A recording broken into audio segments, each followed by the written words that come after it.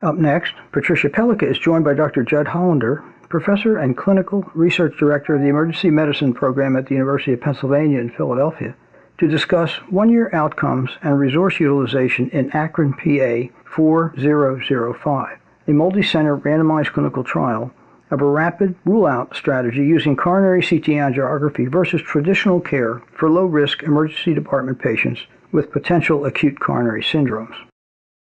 It seems like this is a really big problem, Judd. Patients coming to the emergency room with chest pain. Is that why you did this study? Yeah, that's actually the second most common complaint that emergency department patients have. And nationally in the U.S., we see about 8 million patients a year with chest pain. We admit maybe 2/3 of them, and it costs about $8 to $10 billion a year in total costs, but only about 5 to 15% actually turn out to have an acute coronary syndrome. So we're using a lot of resources on patients that, if we could figure out up front whether or not they need them, can be saved. Very important study. What were the inclusion and exclusion criteria? Well, this was a little tricky. We wanted to focus on the low to intermediate risk group, but we didn't want to focus on the very low risk group. So we tried really hard to not enroll the patients who would otherwise be sent home, which is about 1/3 of the 8 million patients who come into the ED.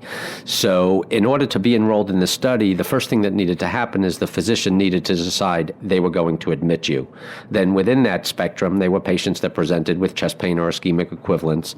They had low TIMI risk scores of 0 to 2, and they didn't have obvious acute ischemia on the EKG, because at that point you wouldn't need a coronary CTA.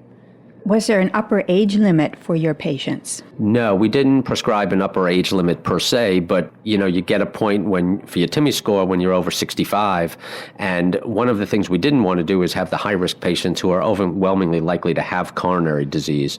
So although we did enroll patients in the 70s and 80s, they were relatively few and far between, and they had to really have otherwise a negative risk factor profile and no prior cardiac history. Was the feasibility of the CTA good? Yeah, we found that we were able to accomplish CTAs in about 85 or 86% of the patients who entered the CTA pathway. So I know others have reported a large percentage of patients who couldn't make it to the CT scan or couldn't get heart rate control, but we obviously weren't enrolling patients that had AFib and heart rates of 150. So we enrolled a group of patients where we were able to control the heart rate, that weren't overly obese, and that could make it to the scanner. So of the patients who we enrolled in the protocol who were randomized to the CTA arm, I think the number was 84% were able to get the CTA accomplished. So I understand you have some 30-day results and then some longer-term results. Let's hear about the 30-day results. Yeah, we presented the 30-day results last year at this meeting. There were about 1,300 some odd patients enrolled in the study. We powered the study on the cohort of patients that received a CTA and were found to have coronary disease with a maximal stenosis of less than 50%, since we believe that's the cohort we would be able to send home. We had 640 of those patients followed at 30 days, and there were absolutely no adverse events in terms of death or MI. So the upper limit of the confidence interval in the 30-day results was less than 1%. It was 0.57%. This year, we did longer-term follow-up, and we weren't quite as interested in the safety parameters, though of course we were, and our results were similar. There were 2 adverse events, but the upper limit of the confidence interval was also less than 1%. But we were much more interested in resource utilization. Some people believe that if you define the coronary anatomy, then you'll do things that may not be necessary as far as further testing, cardiac catheterization, and revascularization in a cohort of patients where it might not be useful. We actually found no increase in coronary revascularization. We did find a small increase in the rates of cardiac catheterization, but what's interesting is we found a higher likelihood of catheterization leading to a discovery of disease. So we reduced the negative cath rate without increasing the revascularization rate, and we think that can lead to more optimal medical management over time with agents like aspirins and statins.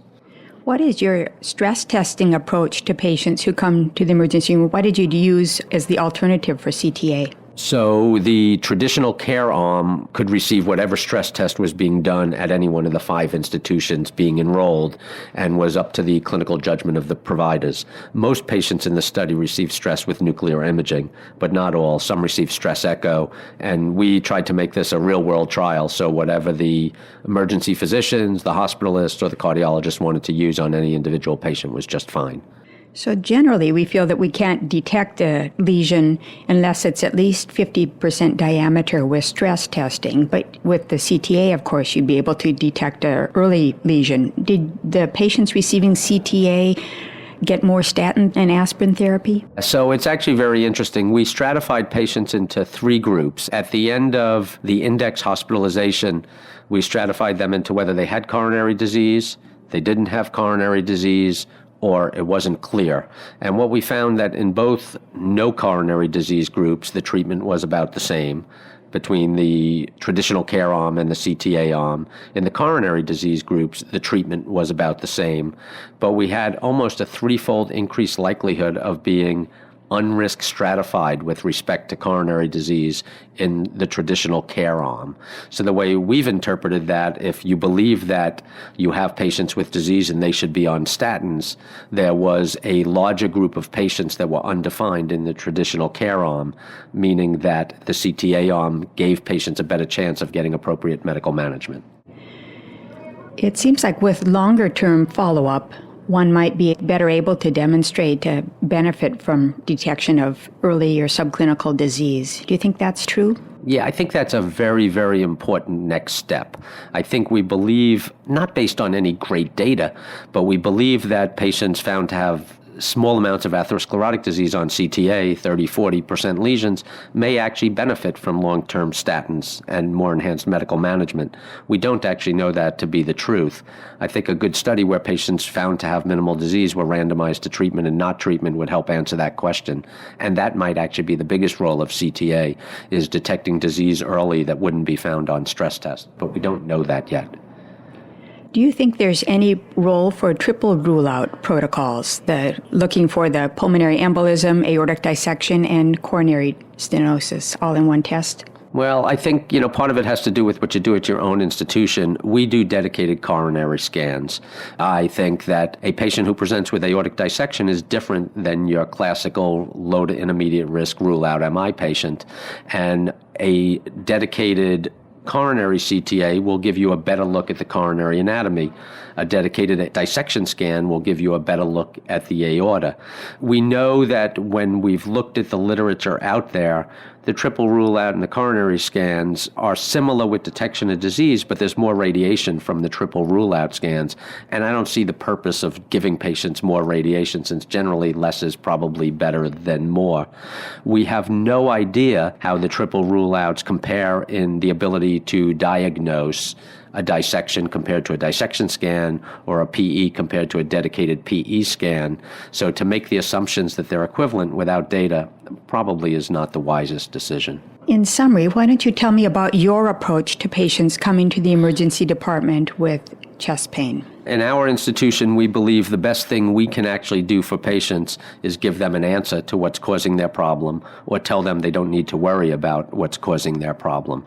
So we have the old option, which is get a series of biomarker tests, put them in the observation unit or the hospital, and the next day get a stress test. But that takes a day. There's new data suggesting that you can do rapid biomarkers and send people home for rapid outpatient stress testing, but that's 2 visits. That's not really a patient satisfier either. So what we prefer to do is use the biomarkers up front in the ED, follow it with a coronary CTA. We can have the patients in and out in 6 hours, which is great for that patient, and then they go home the same day they came, knowing that they don't have heart disease in the majority of the cases. Additionally, it opens up beds in the ED in the hospital for all the other patients in the waiting room, so we're just more efficient as a whole using the CTA-based strategy. So that's our preference. When we have a patient who can go to the scanner, who isn't too heavy, isn't too obese, and we could get heart rate control, which is the majority of them, that's the approach we prefer to use. Very nice. So it sounds like CTA is a very nice option for patients presenting to the emergency department with unexplained chest pain. It has a high feasibility and good safety, and you're not missing significant disease in these patients or missing events, and should be able to detect early forms of disease. I would agree, and I think it has, good short-term advantages for us on the efficiency end, and although we haven't proven it yet, we're hopeful that it has good long-term advantages for the patients in terms of knowing they don't have disease, which is reassuring in a nice patient-centered approach, and then maybe allowing disease modification and medical management on the patients with early coronary artery disease. Thanks for visiting with me, Dr. Hollander. My pleasure. Thank you.